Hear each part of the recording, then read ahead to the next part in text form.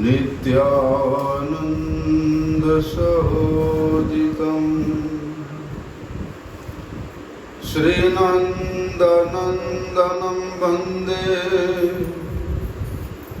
राधिका चरणद्वयम् गोपीजनसमायुक्तं वृन्दावनमनोहरम् गुरवे गौरचन्द्राय राधिकाय तदालये कृष्णाय कृष्णभक्ताय तद्भक्ताय नमो नमः। वाञ्छाकल्पतरुभ्यश्च कृपा सिन्धुभ्यैव च पतितानां पावनेभ्यो वैष्णवेभ्यो नमो नमः। पतित पावन परम करुणा परम आराध्यतम गुरुपाद पद्म नित्य लीला प्रविष्टम विष्णुपाद परमहंस परिव्राजकाचार्य अष्टोत्तर शत श्री श्रीमद शिल भक्ति वल्लभ तीर्थ गोस्वामी गुरु महाराज के श्री चरण कमल में अनंत कोटि साष्टांग दंडवत प्रणाम करते हुए उनकी अहित की कृपा प्रार्थना करता हूँ। परम आराध्यतम शिक्षा गुरुपाद पद्म नित्य लीला प्रविष्टम विष्णुपाद परमहंस शिला भक्ति विज्ञान भारती गोस्वामी महाराज के चरण कमल में अनंत कोटि साष्टांग दंडवत प्रणाम करते हुए उनकी अहेतु की कृपा प्रार्थना।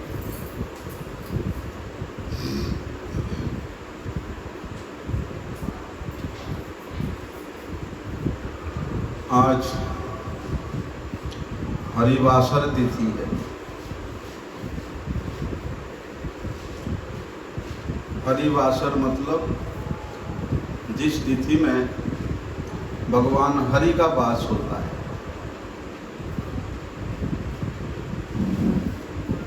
इसलिए ये परम मंगलमय तिथि। क्या करना चाहिए इस मंगलमय तिथि को? बोलते नहीं।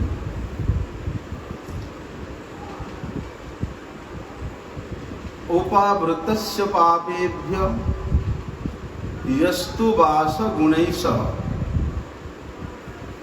बोलते हैं केवल भोजन को त्याग देने से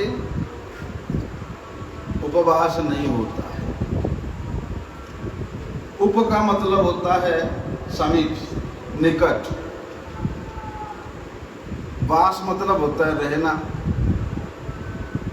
किस प्रकार से भगवान हरि के समीप रहा जाता है, ये हम लोगों को सीखना चाहिए। भगवान हरि के गुण कीर्तन को लेकर के, उनके महिमा कीर्तन को लेकर के वास्तव में जो दिन यापन होता है, जो समय व्यतीत होता है, वही उपवास है। उद्देश्य होना चाहिए केवल भगवान के प्रसन्नता। यद्यपि लोग अनेक प्रकार के व्रतानुष्ठान करते हैं, लेकिन इन व्रतानुष्ठानों में भी यदि किसी को एकादशी के दिन में निर्जला करने को कहोगे या आहार को त्याग करने को कहोगे, वो व्यक्ति बोलेगा कि मेरे से असंभव है। यदि मैं निर्जला कर लिया या खाना पीना छोड़ दिया एक दिन, तो मेरा तो अस्पताल में एडमिट होना पड़ेगा। तो हमारे गुरुजी कहते थे, यदि वही व्यक्ति को प्रलोभन दिया जाए कि भैया आज एक दिन जो नहीं खाएगा उसको 5 लाख रुपया मिलेगा। एक व्यक्ति क्यों 100 आदमी तैयार हो जाएगा। अरे एक दिन नहीं खाने से क्या है, हैं? अगर ना खा के मर भी जाएंगे तो 5 लाख रुपया कम से कम हमारे परिवार को तो मिल जाएगा। ऐसा नहीं। बोलते हैं एक एकादशी व्रत पालन करने से 5000 वर्ष तक तपस्या करने से जो फल प्राप्ति होता है, एक एकादशी यदि कोई सुष्ट रूप से प्रकृष्ट रूप से पालन करता है उसको वो फल की प्राप्ति होता है। लेकिन ये फल प्राप्ति का आशा लेकर के जो व्रतानुष्ठान है वास्तव में ये भक्त के लिए नहीं है। स्मार्ट मतलबी लोग इस प्रकार फल की आशा लेकर के व्रतानुष्ठान करते हैं, वास्तव में ये उसका उद्देश्य नहीं है। और जहाँ तक एकादशी व्रत की बात आया है, एकादशी व्रत का अनुष्ठान केवल भगवान श्रीहरि के प्रसन्नता के लिए करना चाहिए। भगवान श्रीहरि के चरणों में किस प्रकार से प्रेम भक्ति की प्राप्ति हो, ऐसा उद्देश्य लेकर के एकादशी व्रत पालन करना चाहिए। लेकिन ऐसा एकादशी व्रत पालन करने का मन में विचार तब आएगा जब हम भगवान के भक्तों के संग करेंगे। भक्तों के संग में रह करके, किस प्रकार के संग, केवल उनके साथ रहना, उनके साथ बैठ करके खाना पीना, ऐसा संग नहीं। भक्त संग होता है प्रकृष्ट रूप से भक्तों के मुख से एकादशी के महिमा को श्रवण करके उनके समीप रहना, अर्थात उनके मुख से जो कथा निकलता है उन कथाओं को हम लोग चिंतन करते रहना, जो श्रवण किया है। यही होता है वास्तव में साधु संग।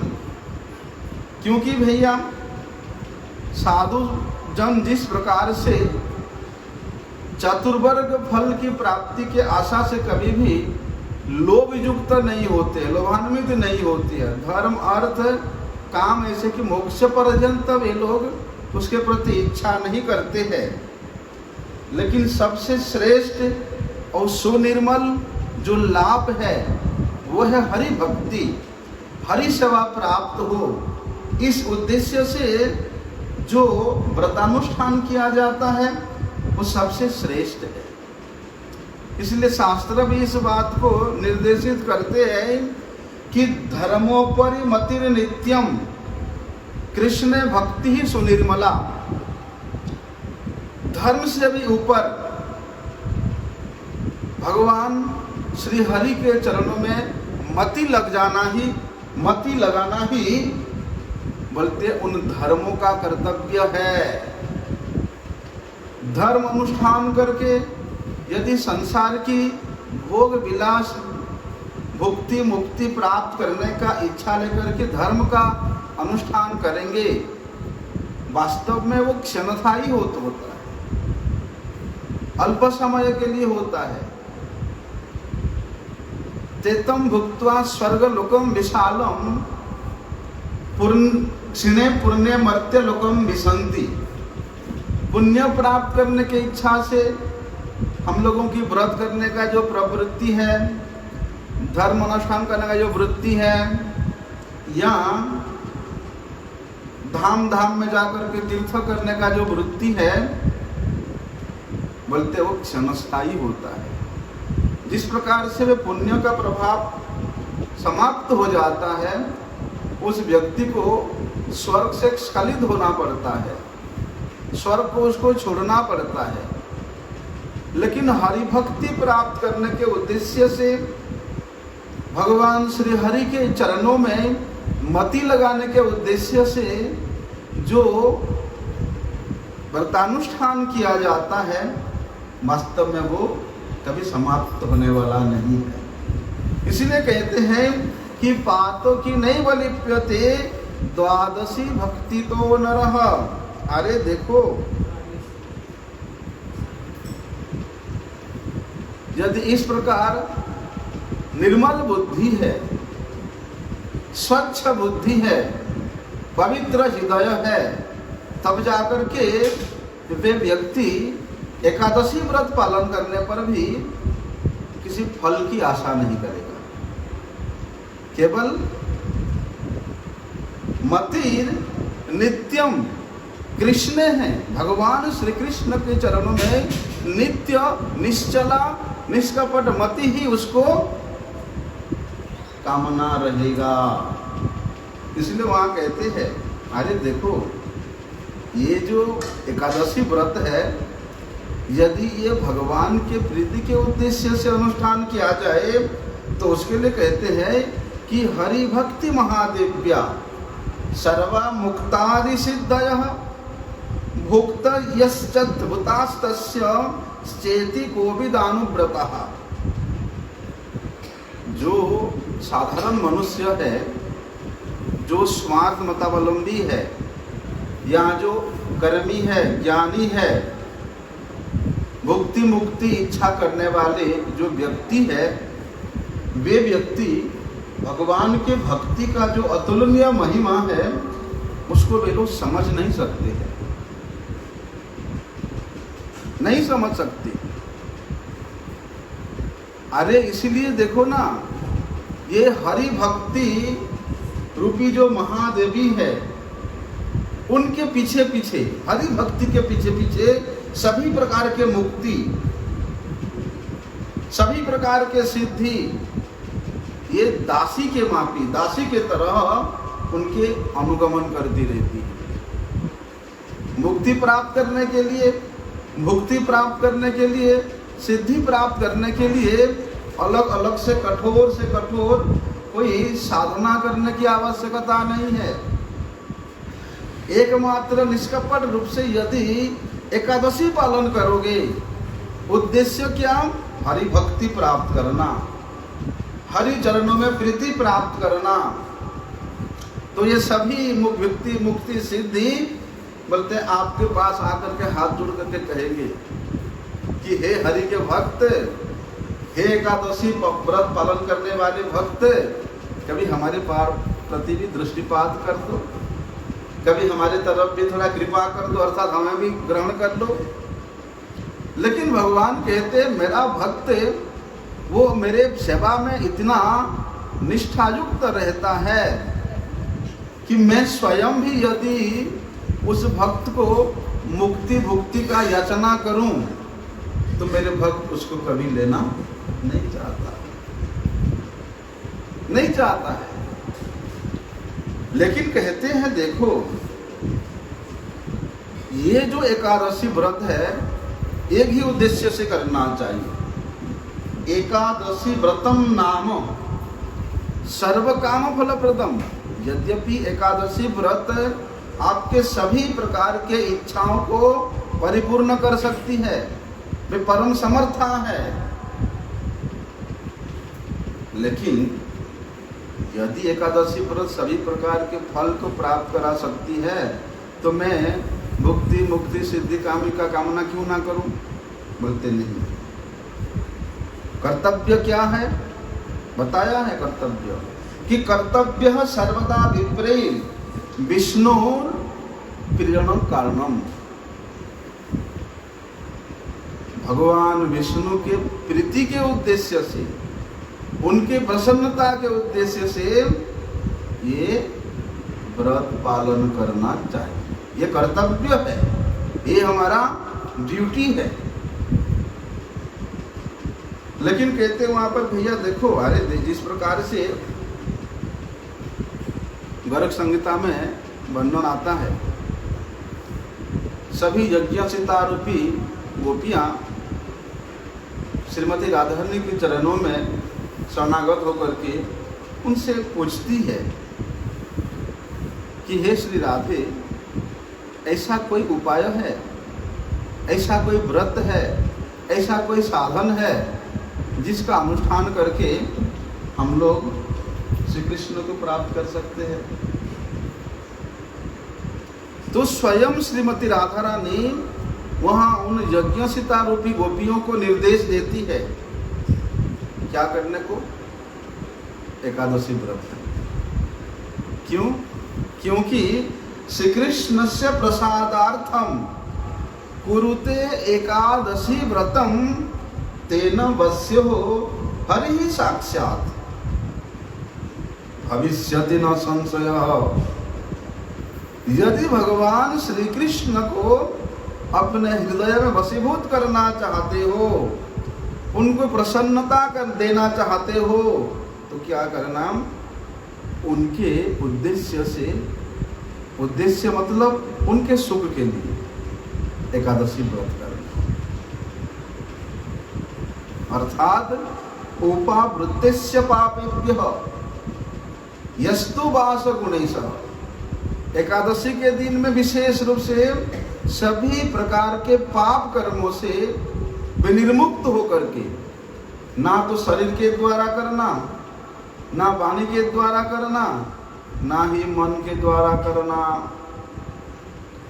सभी प्रकार के पाप कर्मों से उपावृत होकर के क्या करना? यस्तु वासः गुणैः सह। भक्तों के संग में बैठ करके भगवान के महिमा को श्रवण करना, उनके गुणगान को श्रवण करना, उनके लीलाओं को श्रवण करना, उनके नामों का संकीर्तन करना, यही है वास्तविक एकादशी व्रत। कहते हैं वहां पर कि हरि ही साक्षात भविष्यति न संशय। यदि इस प्रकार आप एकादशी के दिन आप यापन करोगे, बिताओगे, यदि हम लोग खा लेंगे, अधिक पेट भर करके खा लेंगे, चाहे आप फल मूल खाओ हैं, चाहे आप और कुछ खाओ, मतलब व्रत वाला वस्तु, तो भैया प्रमाद आएगा, आलस्य आएगा हैं? आलस्य होने से फिर आप जो हरिवासर तिथि है, हरि का दिन है, मंगलमय तिथि है, वो संपूर्ण दिन को, संपूर्ण समय को आप गुण के साथ वास नहीं कर सकते हो। इसलिए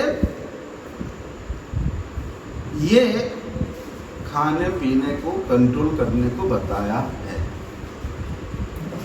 जो अमेध्य भोजन है, अमेध्य भोजन करने से तो वहां मन की वृत्ति और शरीर की वृत्ति एकदम चंचल हो जाएगा। यदि आप एकादशी वाला फलाहार करते हो अधिकांश रूप में, तो आलस्य आएगा, नींद आएगा। निर्जला करते हो तो भैया पेट के लिए आपको चूहे दौड़ेगा हैं? भूखे पेट में अभी तो नहीं होगा। इसलिए जितना संभव है, जो निर्जला करके जो आराम से अपने शरीर को चला सकता है, अर्थात संपूर्ण दिवस हरिस्मरण में बिता सकता है, वो निर्जला करे। उससे जो असमर्थ है वे जलपान करे। जलपान करने से भी जो असमर्थ है वे फलाहार करे, लेकिन स्वल्प परिमाण में, अनुकल्प मतलब अनुपरिमाण में। जैसे आपका गला ना सूखे, आपके इंद्रियां शिथिल ना हो जाए। अब निर्जला करोगे, इंद्रियां शिथिल हो जाएगा, गला सूख जाएगा, जीवा नहीं चलेगा, हरि नाम नहीं कर पाओगे, शांति से बैठ के कथा श्रवण नहीं कर पाओगे, फिर फायदा क्या है? इसलिए अनुकल्प अर्थात स्वल्प परिमाण में, जितना में आपका स्वास्थ्य अच्छा रहेगा उतना आप ग्रहण करके क्या करना? व्रत करना। लेकिन कहते हैं देखो कि चिंतामणि समाह येषा अथवापि निधि स्मृता कल्प पाद प्रदप्रेक्ष्या वा सर्वदेवोपमन्यता। चिंतामणि, शास्त्रों में एकादशी व्रत के जो फल है बताया है कि पापों से मुक्ति हो जाएगा, स्वर्ग की लाभ हो जाएगा, मोक्ष प्राप्ति भी हो जाएगा, रोग मुक्ति हो जाएगा, दुख की निवृत्ति हो जाएगा। ये सब संबंध में शास्त्र ने बताया है। क्यों? चिंतामणि समाहेसा, हाथ में चिंतामणि लेकर के आप जो चिंतन करोगे वो हो जाता है। तो ये जो एकादशी तिथि है ये चिंतामणि सदृश है। इस प्रकार व्रत करके आप जो चिंतन करोगे, रोग मुक्ति का, स्वर्ग प्राप्ति का, पाप मुक्ति का, मोक्ष प्राप्ति का, दुख निवृत्ति का, वो हो जाएगा। लेकिन कहते हैं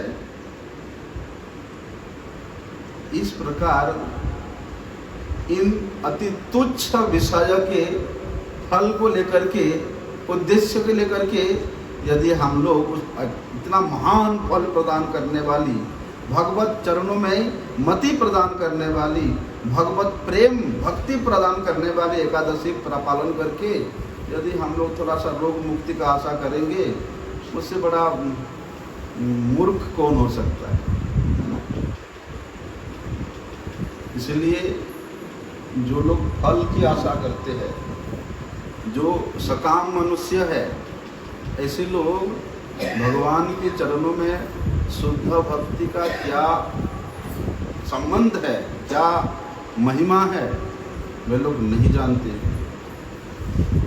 इसलिए शास्त्र में जो गौण फल के बारे में बताया है,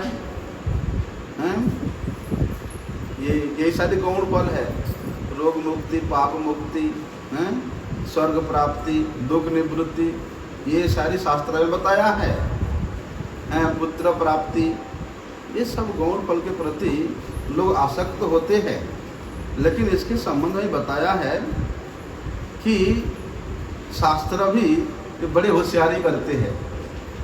वेद जो है ये बड़े होशियारी करते हैं। भले चलो ये संसार के मनुष्य फल के प्रति लोभयुक्त होता है कि उसको कुछ फल दोगे कुछ मिलेगा तभी वो कुछ करेगा, नहीं तो ये संसार के मनुष्य कुछ करेगा नहीं है?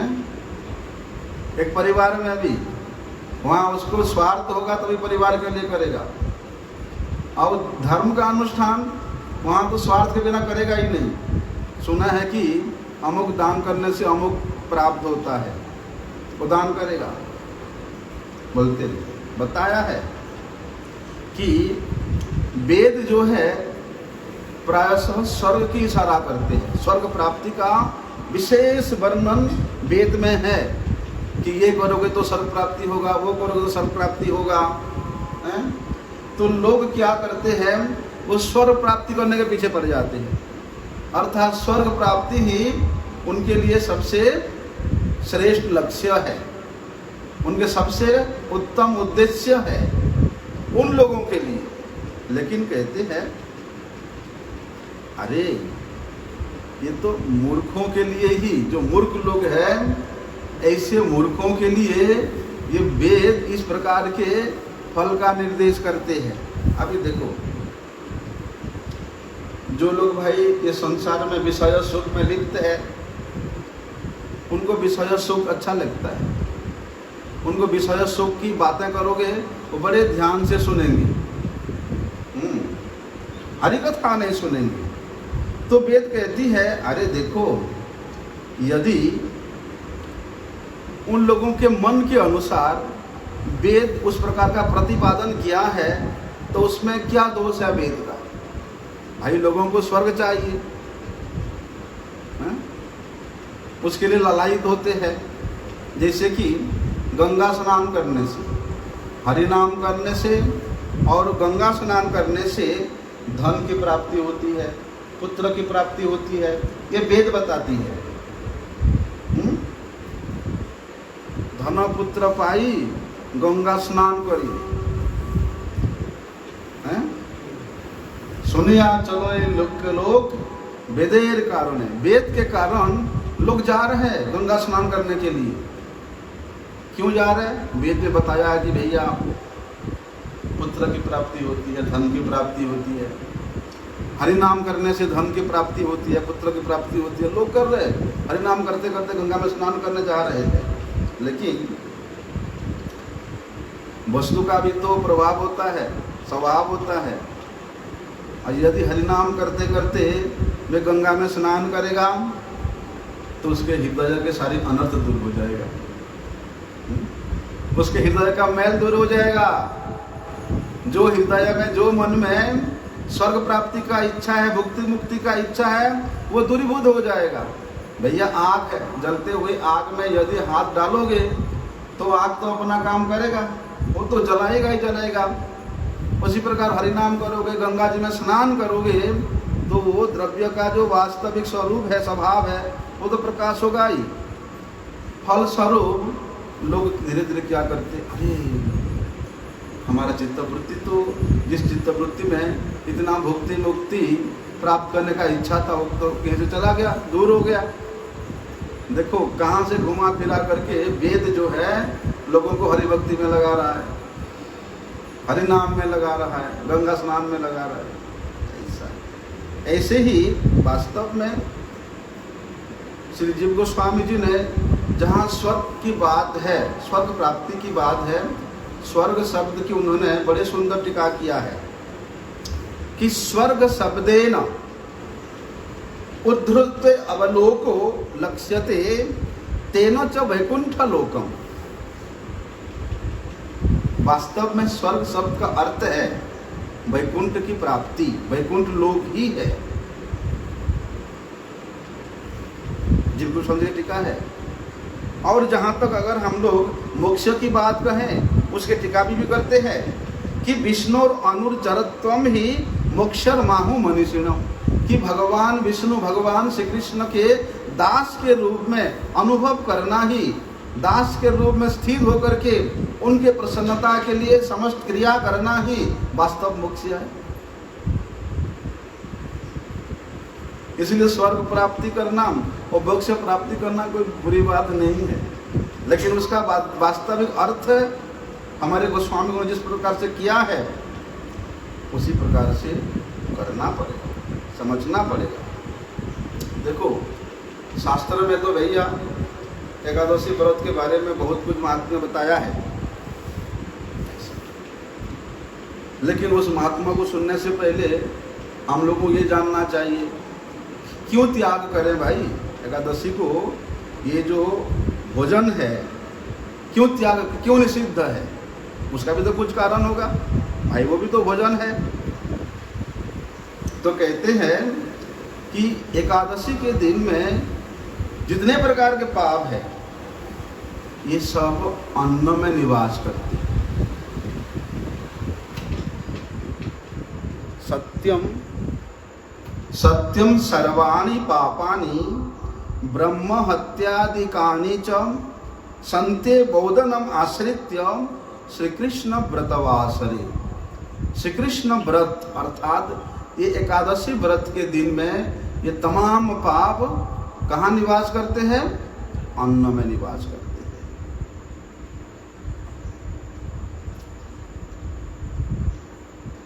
इसीलिए भुक्ते च सर्वाणि यो भुंक्ते तत्र मंदधि। अरे जो मूर्ख व्यक्ति है, जो मंदबुद्धि व्यक्ति है, यदि ये एकादशी के दिन में अन्न का भोजन करता है, उसको शास्त्र में महापापी के रूप में गणना किया गया है, महापापी। और मृत्यु के बाद तो ऐसे जो पापी है वो उतना युक्त एकादशी परिमित संख्यक युग तक भी नरक में रहता है। किस प्रकार के नरक में? कुंभिपाक नरक में निवास करता है। और कहते हैं उसके बाद इतना युग तक कुंभिपाक नरक में वास करने के उपरांत फिर उसको चांडाल योनि में जन्म मिलता है। और बोलते 7 जन्मों तक चांडाल योनि में रहने के बाद, उसके बाद फिर 7 जन्म तक उसको कुष्ठ रोग होता है, गलित कुष्ठ रोग से प्रपीड़ित होता है। उसके बाद जाकर के मुक्त होता है। ये ब्रह्मा जी का वचन है कि गलित व्याधि युक्तश्च ततः सप्तसु जन्मसु पश्चात मुक्त भवेद पापात। यह कमलोद भव, कमल लोचन, कमलोद, कमल से जिनका प्रकट हुआ है वे ब्रह्मा जी का वचन है ये। इसलिए एकादशी तिथि ये साक्षात श्री कृष्ण स्वरूप ही है, श्री हरि स्वरूप ही है। इसलिए ये तिथि को हरि के स्वरूप के रूप में, हरि के मूर्ति के रूप में अनुभव करके, जान करके कि मैं आज हरि के चरणों में बैठा हुआ हूं, क्योंकि वे तिथि ही, एकादशी तिथि ही मूर्तिमंत होकर के, किस प्रकार से मूर्ति धारण करके, बोलते श्री कृष्ण मूर्ति धारण करके विराजमान है, सर्वत्र विराजमान है, तिथि है, सर्वत्र विराजमान है। तो मैं उनके चरणों में बैठा हुआ हूं, ऐसा अनुभव करके क्या करना, यस्तु वास गुणेश, भगवान के गुण कीर्तन, नाम कीर्तन को करते हुए दिन यापन करना। क्या होता है देखो, अभी ये एकादशी जो देवी है ये कैसे प्रकट हुई भाई? जिस एकादशी का इतना महिमा है, कैसे प्रकट हुई? तो कहते हैं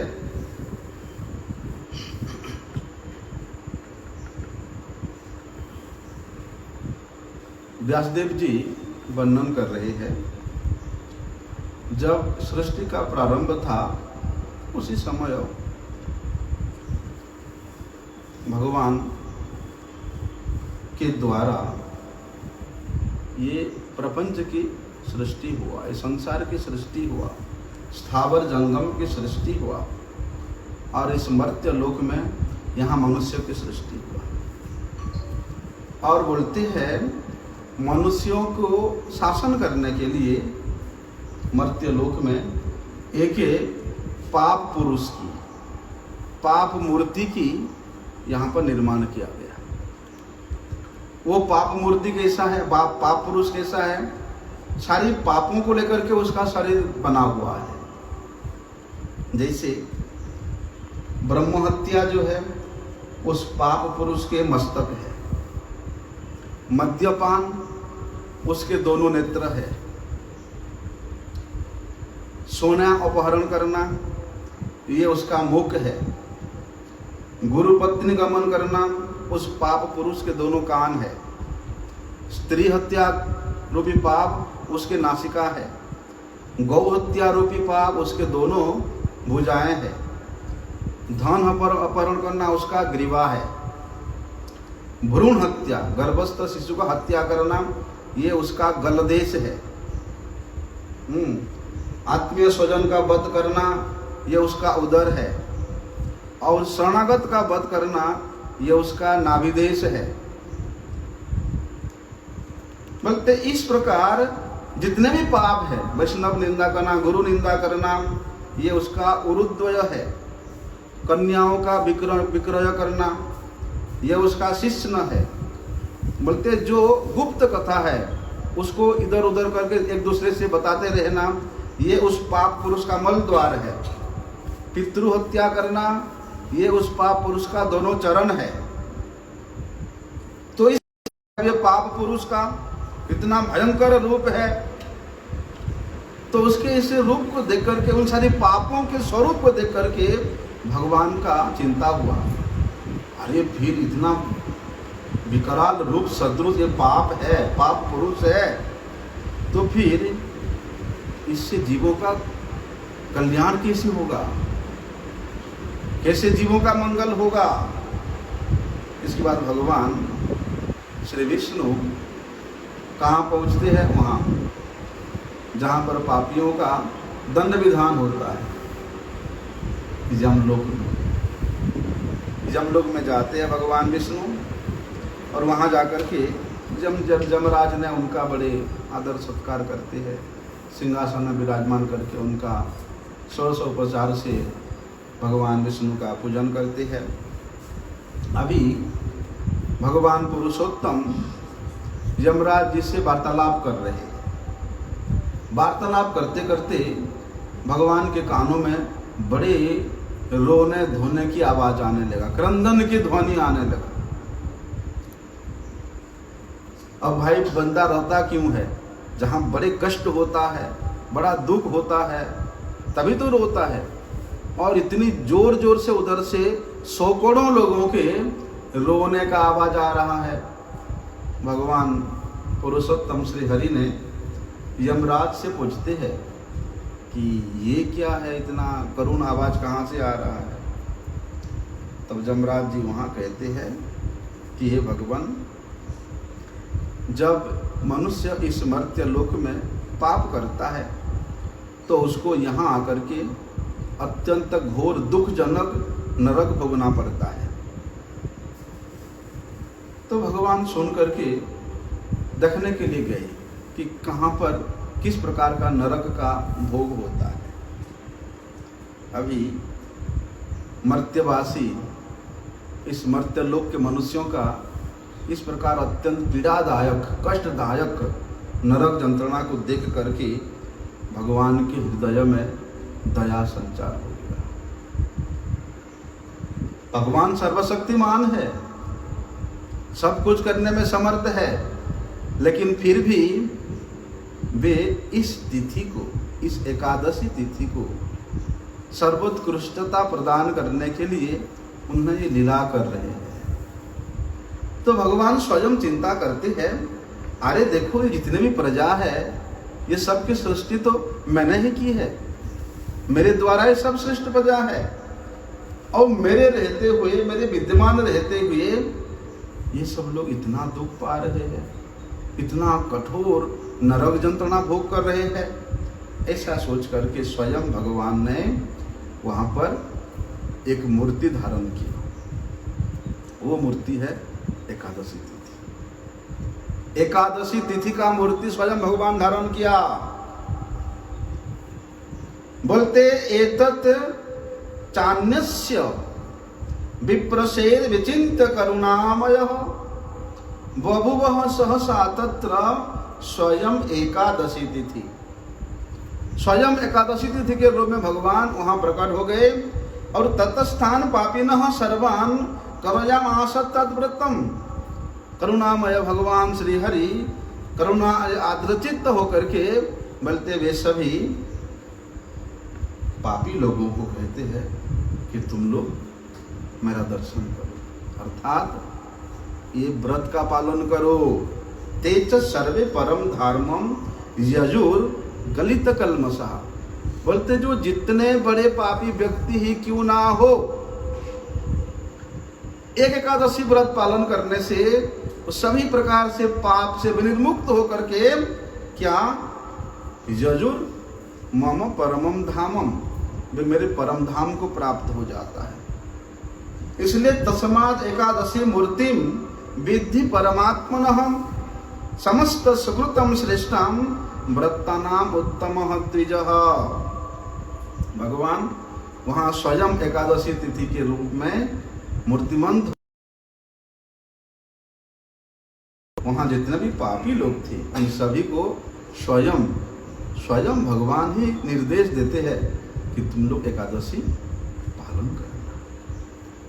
वो शिक्षण सभी लोगों ने एकादशी का दर्शन करके, एकादशी व्रत पालन करके, एकादशी महिमा को श्रवण करके सब लोग उस वैकुंठ धाम को प्राप्त हो गए। इसलिए एकादशी तिथि को तस्मात् एकादशी मूर्तिम विद्धि परमात्मनः, ये साक्षात भगवान श्रीहरि के रूप में, श्रीहरि। और अभी जो वो पाप पुरुष है जिसका भगवान के द्वारा निर्माण हुआ था, वे आकर के भगवान श्रीहरि के चरणों में निवेदन करता है कि प्रभु आपने मुझे किस लिए बनाया, कि दूसरे को दुख देने के लिए, दूसरे को कष्ट देने के लिए बनाया है। अब तो लोगों क्या करते हैं, आपने जो यहाँ अपना नया रूप प्रकट किया एकादशी रूप, उस एकादशी के प्रभाव से लोगों का सारी पाप खत्म हो गया, क्षीण हो गया, और सभी लोग इस व्रत के प्रभाव से वैकुंठ में जा रहे हैं। तो प्रभु मैं इन्हीं लोगों के पाप को लेकर के ही जीवित रहता था। ये मर्त्यवासी मनुष्यों के पाप को लेकर के ही मेरा जीवन यापन होता था। यदि वे लोग पाप नहीं करेंगे तो फिर मैं कैसे जिंदा रहूंगा?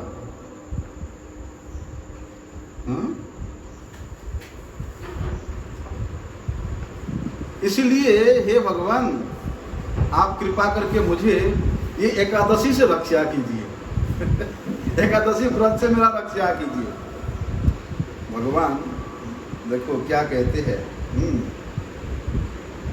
अब ये पाप पुरुष कहता है कि भगवान मैंने देखा है, एक एकादशी व्रत का पालन करके सभी लोगों ने वैकुंठ की प्राप्ति कर रहे हैं, लेकिन मेरे लिए रहने का कोई स्थान नहीं है। अर्थात यहाँ कोई पाप काम ही नहीं है, कोई पाप ही नहीं कर रहा है, तो मेरे रहने के लिए भी स्थान नहीं है। तो भगवान उस पाप पुरुष को आश्रय प्रदान करने के लिए कह के कहते हैं, इतना चिंता क्यों करते हो? तुम्हारे लिए यहाँ बड़े सुंदर सुंदर स्थान है, तुम वहाँ जाकर के आराम से निश्चिंत होकर के रहना। कहाँ रहना? बोलते हैं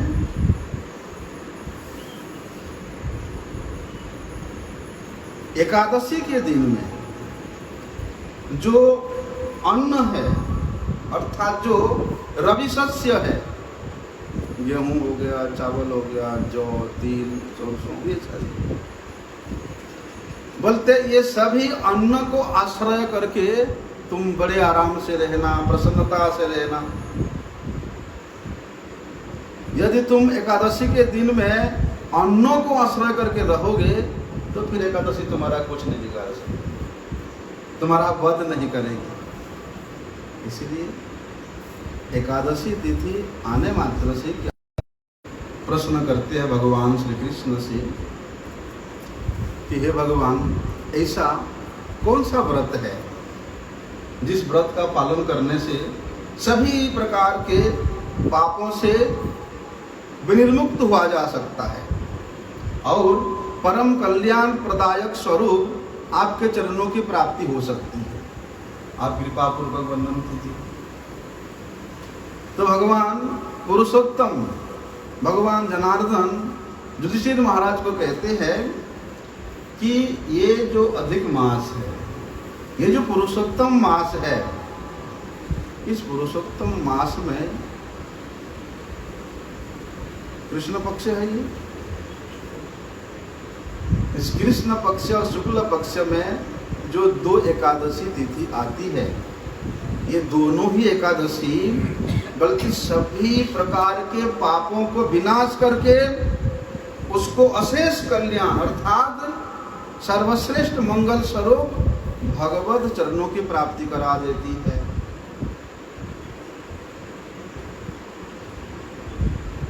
इसलिए वो एकादशी को कैसे करना चाहिए? युधिष्ठिर महाराज भगवान से प्रार्थना करते थे। भगवान श्री कृष्ण कहते हैं, युधिष्ठिर, वैसे भी तुम तो मेरे रिश्तेदार हो, तुम्हारे साथ मेरा अत्यधिक स्नेह है? इसलिए मैं विशेष रूप से वो पाप नाशक ये पुरुषोत्तम मास की जो एकादशी तिथि है उसके बारे में मैं तुमको वर्णन करूंगा, सुनो। ये पुरुषोत्तम मास के कृष्ण पक्ष जो एकादशी है उसका नाम है कमला एकादशी या पद्मिनी एकादशी। और बोलते हैं जितने भी तिथि है उन सभी तिथियों में आज के जो एकादशी है ये कमला एकादशी श्रेष्ठ है। बोलते भैया ये एकादशी पालन करने से साक्षात लक्ष्मी देवी आकर के उसके घर में बस जाती, और लक्ष्मी देवी जहाँ बस जाते वहाँ लक्ष्मी की कभी अभाव ही कहाँ है, भगवान कह रहे। इसलिए क्या करना, ब्रह्म मुहूर्त में शय्या त्याग करना, भगवान श्री हरि का स्मरण करते हुए प्रातः स्नान आदि जो भी आपके नित्य कर्म है उसको करके यथा नियम से एकादशी व्रत अनुष्ठान करने के लिए संकल्प लेना। अपने घर में आश्रम में है, आश्रम में जो जहाँ है, बोलते हैं क्या करना, श्री हरि का गुणगान जितना अधिक से अधिक संपूर्ण समय हरि कीर्तन हरि गुणगान व्यतीत कर सकते हो, बोलते उस प्रकार के करना। और इस विषय में एक प्राचीन उपाख्यान भगवान युधिष्ठिर महाराज को सुनाते। अवंती नगर में विश्वकर्मा नाम का एक श्रेष्ठ ब्राह्मण था। अवंती मतलब आज जो जिसको उज्जैन कहते हैं, बोलते हैं वो विश्वकर्मा नामक ब्राह्मण के 5 पुत्र थे। उसमें जो सबसे छोटा पुत्र था उसका नाम था जय शर्मा। ऐसा कुछ कार्य किया जिसके कारण से उसके घर वालों ने, परिवार वालों ने, समाज वालों ने उसको त्याग दिया उसको। और इस प्रकार वे घर छोड़ करके वन में चला गया। तीर्थ भ्रमण करते करते प्रयाग में पहुंचता है और वहाँ पर पहुँच के त्रिवेणी में स्नान इत्यादि करता है। उसके बाद देखता है कि कहीं संतों का आश्रम है, तो उसके ढूंढते ढूंढते वो एक आश्रम में पहुंचता है। हरिमित्र नाम का एक ऋषि थे, उनके आश्रम में पहुंचता है। और जिस दिन पहुंचता है उसी दिन बोलते ये पुरुषोत्तम मास था और आज के ये कमला एकादशी, पद्मिनी एकादशी की तिथि था। तो उस समय भी मुनि वहाँ लोगों के सम्मुख में ये एकादशी तिथि के महिमा के विषय वर्णन कर रहे थे। भैया वो व्यक्ति गंगा स्नान करके गया था, मुनि का दर्शन किया, आश्रम का वातावरण बड़े शुद्ध था और एकादशी महात्म्य चल रहा था, बैठ करके वे सुना। बोलते श्रवण तो किया ही, श्रवण करने के बाद उसने उस व्रत का उसी दिन ही पालन किया। उसके एक दिन के व्रत से प्रसन्न होकर के स्वयं भगवान लक्ष्मीपति बोलते हैं वहाँ पर उपस्थित हो जाती है उसके सम्मुख में, और उस ब्राह्मण पुत्र से कहते हैं कि तुम्हारे एकादशी व्रत से मैं प्रसन्न हूँ, तुमको जो इच्छा है तुम मुझे वर की प्राप्ति, वर मांगो, वर की मैं तुम्हारे ऊपर प्रसन्न हुआ हूँ। तो वे ब्राह्मण कहते हैं कि आप कौन है, क्या आप मेरे पर प्रसन्न क्यों हुई है? कहते हैं कि आप कहीं इंद्र की पत्नी सची देवी तो साक्षात लक्ष्मी देवी प्रकट हुई है, सची देवी तो नहीं है, यहाँ शंकर के प्रियतमा पार्वती देवी तो नहीं है। इस प्रकार वे अचंभित होकर के वे देवी से प्रार्थना कर रही है। तो लक्ष्मी देवी कहते हैं कि मैं स्वयं भगवान नारायण के द्वारा प्रेरित होकर के यहाँ आपके सम्मुख में आई हूँ, इसलिए आपने आज जो व्रत किया उस व्रत के द्वारा मैं आपके अधीन हूँ। आप एक श्रेष्ठ ब्राह्मण वंश में जन्म ग्रहण करेंगे और उस ब्राह्मण वंश में जन्म ग्रहण करके आप श्रेष्ठ भक्ति प्राप्त करेंगे। लक्ष्मी देवी ये प्रकार उसको आशीर्वाद देती। तो वे ब्राह्मण कहते हैं कि हे कमले, हे लक्ष्मी देवी, यदि आप मेरे ऊपर प्रसन्न हो तो मुझे आप व्रत यदि वर देने का इच्छा की है तो एक व्रत दीजिए। इस व्रत के महिमा को आप मेरे सम्मुख विशेष रूप से वर्णन कीजिए। कोई वर नहीं मांगा, मैं थोड़ा सा महिमा श्रवण करके एकादशी पालन किया तो साक्षात लक्ष्मी देवी प्रकट हो गई।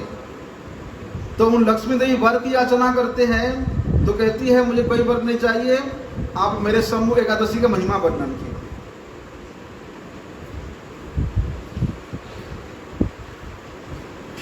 जिससे मैं इस एकादशी महिमा को संपूर्ण यथेष्ट रूप से ब्राह्मणों में जन समाज में, मर्त्य लोक में प्रचार करके सभी लोगों को एकादशी परायण कर सकूं। अभी लक्ष्मी देवी के मुख से जो ब्राह्मण पुत्र एकादशी की महिमा को सुना और सुन करके उन्होंने बोलते हैं बड़े यत्नपूर्वक एकादशी का पालन किया और सही प्रकार से पापों से मुक्त होकर के बोलते हुए नगर नगर में, बस्ती बस्ती में जाकर के एकादशी महिमा वर्णन करने लगे। बोलते जो भी उस ब्राह्मण के मुख से एकादशी महिमा श्रवण करता वे एकादशी व्रत पालन करता और सभी का जो भी घर में अभाव था सभी घर में लक्ष्मी जी प्रकट हो गई, सभी घर धन धान्य से परिपूर्ण हो गया और सभी लोग अंतिम में भगवत धाम वैकुंठ को प्राप्ति होते हैं। ऐसा ये आज के व्रत के महिमा है। हमारे गुरुजी, देखो टाइम तो हो गया ना, हमारे गुरुजी कहते थे कि भैया देखो भगवान ने बड़े दया करके हम लोगों को मनुष्य जन्म प्राप्त करा दिया और उसमें भी हमको शुद्ध वैष्णव चरणों की अनुगत्य स्वीकार करने का परम सौभाग्य प्रदान किया और उसमें भी कृष्ण भक्ति करने का सुयोग प्रदान किया, हरि सेवा करने का अधिकार प्रदान किया।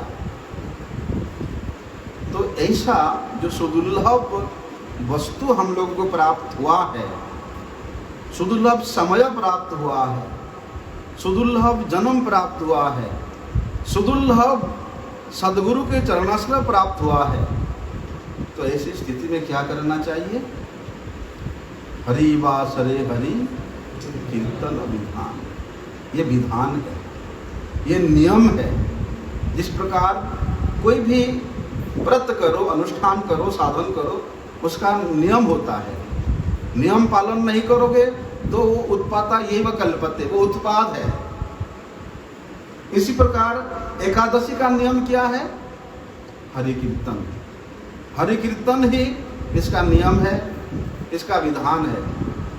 इसलिए जितना अधिक से अधिक ही एक क्षण भी, एक पल भी, एक मिनट भी आप व्यर्थ नहीं बिता करके हरि कीर्तन में, हरि स्मरण में, हरि चिंतन में व्यतीत करोगे तो वास्तव में उसका ही उत्कृष्ट, सर्वोत्कृष्ट व्रत पालन हुआ। बोलो एकादशी तिथि वाला की जय, पतित पावन श्री गुरु महाराज की, श्री पुरुषोत्तम व्रत की, गिरिराज गोवर्धन की, हरिनाम संकीर्तन, घोर प्रेमानंदे वंशा कल्पतरु।